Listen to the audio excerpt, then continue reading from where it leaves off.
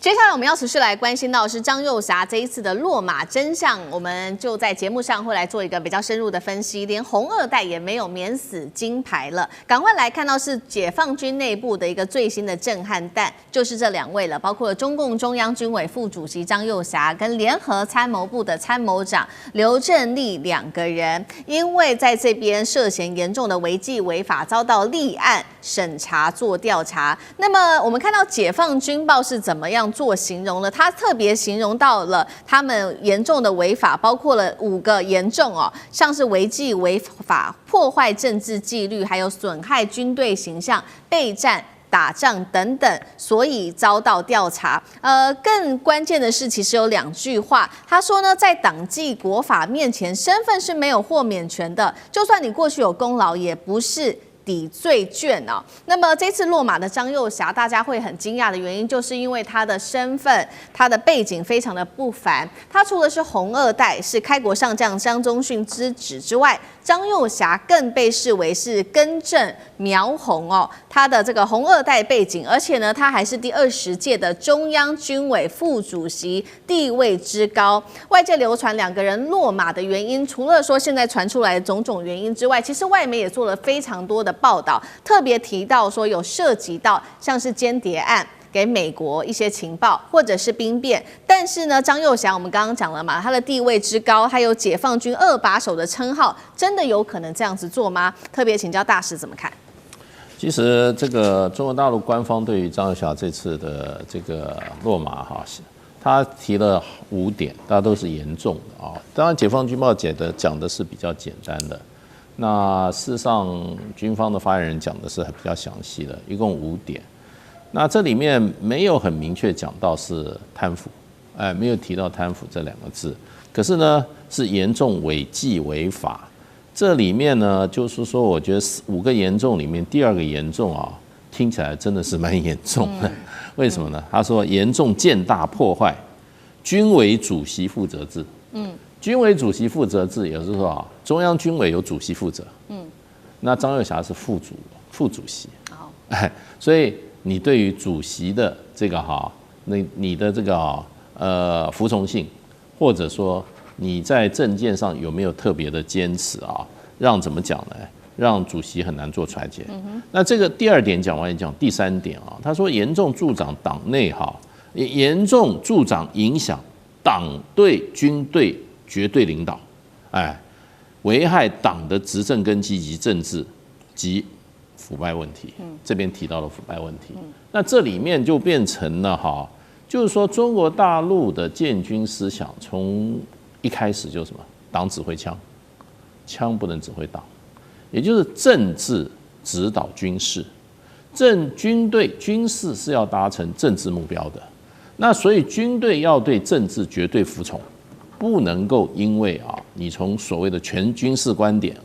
那么你去把政治观点把它怎么放到一边。这个我记得大陆有一些文章就是说反对纯军事观点，反对纯什么观点，基本上就是说你不能拿军事的理由把政治的目标摆在一边，或者政治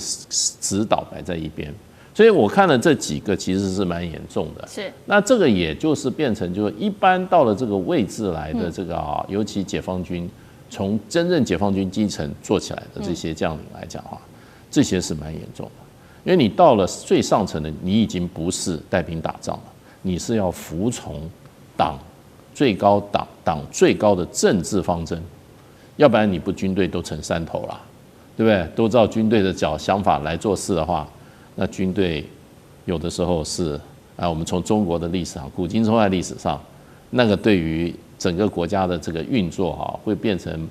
不是一个正面的。所以我觉得这5点讲起来的话，真正也显示出来，那么目前可能有一段时间在大陆的这个中央军委的高层有一些现象存在。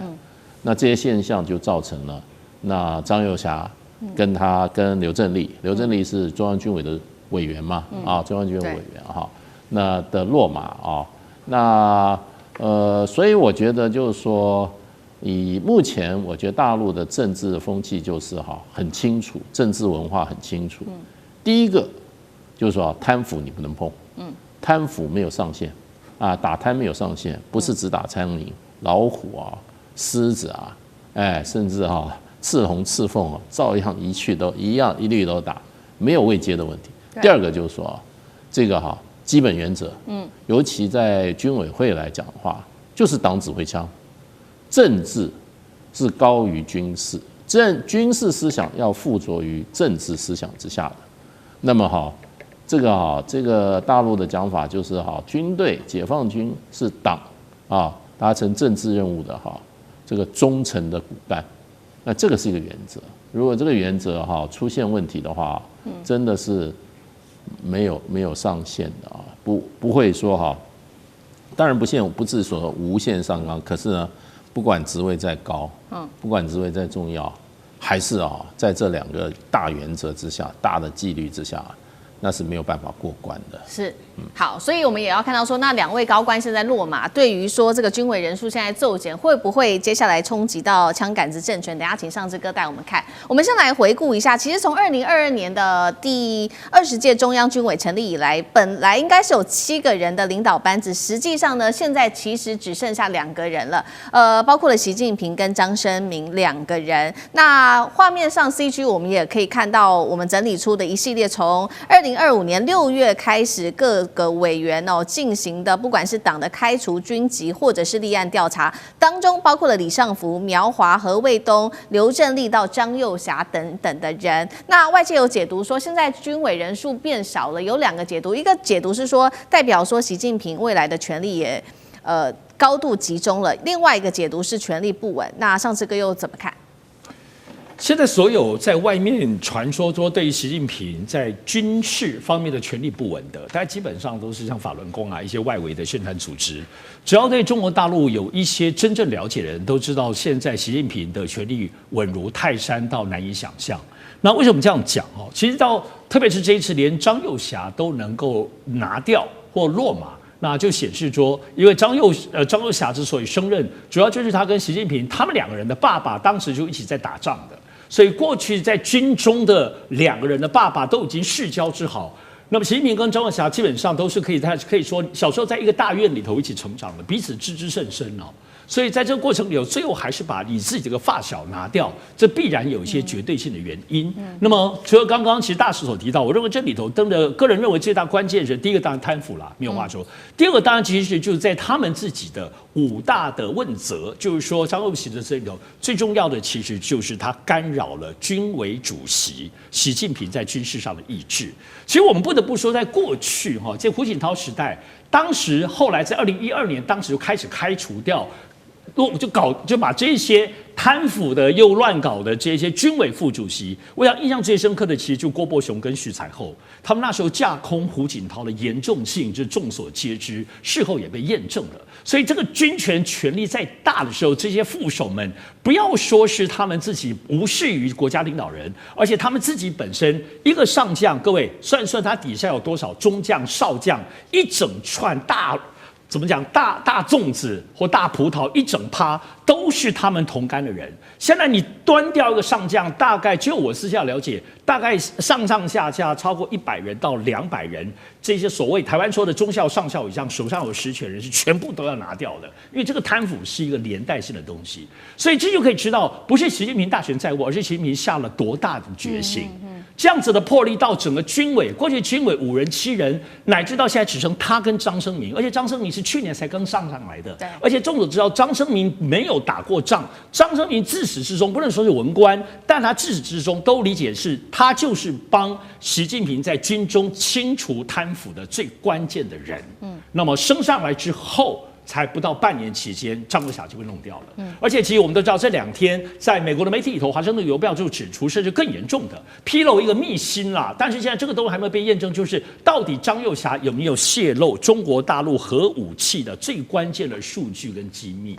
但美国方面像这样说，各方面都是保持了怀疑，还在看这几天后面有没有影响。如果这真的是最关键的原因，怎么可能不把张又侠拿掉呢？所以现在我觉得最主要的部分，第一个没有错，习近平当然是大权集中，而这个集中主要在于不只是说他不容忍在道德上不能有贪腐，而且你知道贪腐就有裂缝，你贪腐可能就会被美国收买。这样子的严肃性不可能在军委最核心决策者里头能够出现的。贪腐不是道德问题，是情报跟国与国之间最关键的这样子的一个问题。第二个，我认为在这次93大阅兵也可以知道，习近平越来越愿意让在基层战区的那些少将、中将直接来执行最高的任务。无论打台湾，无论中美对抗，一旦发生重大战争的时候，不一定要像传统，一定要有个上将指挥一大堆中将，指挥一大堆让不用。如果那些是真正有战力的，直接少将、中将拉拔起来，这件又肯干、又研发、又不贪腐的话，何乐而不为呢？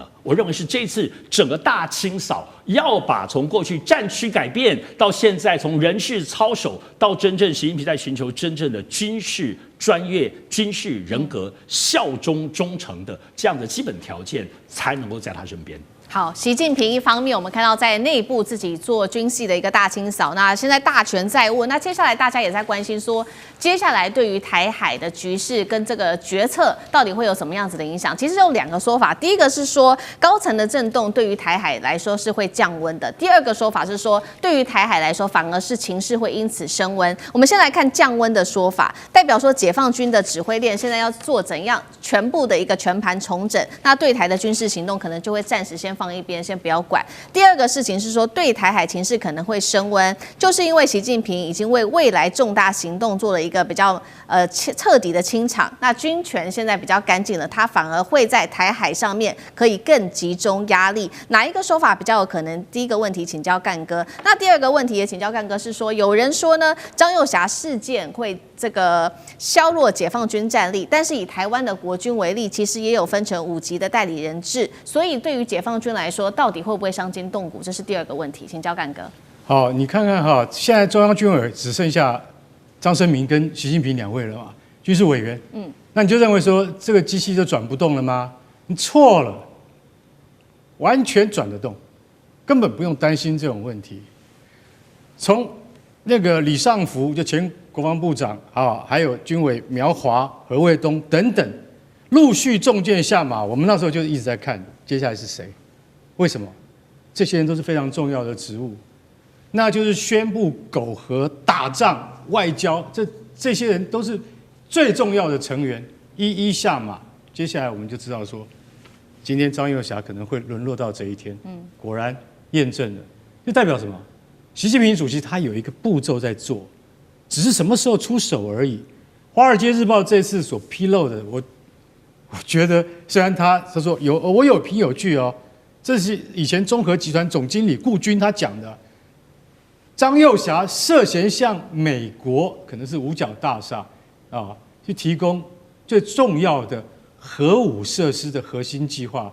我觉得讲的跟头头是道，跟真的一样。但是以张又侠的身份跟地位，他可能去做这样的事情吗？那叫做叛国，我觉得完全不可能。偏偏《华尔街日报》竟然采用了这个消息来源叫顾军的。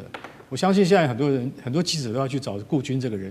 希望问问他到底究竟是怎么回事。那不管怎么样，还有更扯的，更扯的说什么？其实啊，刘振立在被捕之前啊，他已经调动了82集团军。大家知道82集团军是什么吗？它的前身就是38集团军，打过韩战的，是真的有实战经验的，调动了82集团军。难怪北京市民现在可以在街上看到很多军用卡车跟装甲车在路上运动了，所以说，哇，是不是中南海出了什么事情？我告诉各位，什么事情都没有出，好不好？那是正常的调动而已。如果今天，那个刘振立，他今天真的调动了82集团军的话，那恐怕99A4主力战车就跑出来了。那绝对不是你可以想象说，北京现在还是一样马照跑，舞照跳。所以像这样子的传言，就像刚刚那个上次说的，这个大部分都是我们。法轮功的报纸啊，他们就是专门在散布一些这样的东西，这些东西都经不起任何的验证。回到问题的主题，就是说这样子对台湾啊，就是2027年的台湾是不是会比较迟缓呢？我觉得你千万不要这样看，尤其我们自己台湾同胞就不能这样看。是，今天就算是张又侠中箭落马，然后刘振立他也落马，2对夫妇都已经被带走。可是对于整个中央军委，对于整个中共的军事体系，一点威胁跟影响都没有。我不认为他的态势会变得松弛，而你要说它会变得更紧张吗？也许是，因为有人说张又侠属于鸽派，习近平属于鹰派，这些都是揣测。不要用这种单一的揣测去二分化这样子。我告诉各位，台湾的局势完全要看台湾自己本身要能够干什么，要能够跟中国愿意我们兄弟之邦要坐下来谈，这才是重点。不要去猜测说啊会变得更好，会变得更坏，这些无谓的猜测，我觉得根本没有必要。好，谢谢干哥。那我们休息一下，马上回来。地缘政治、美中之争、战略价值。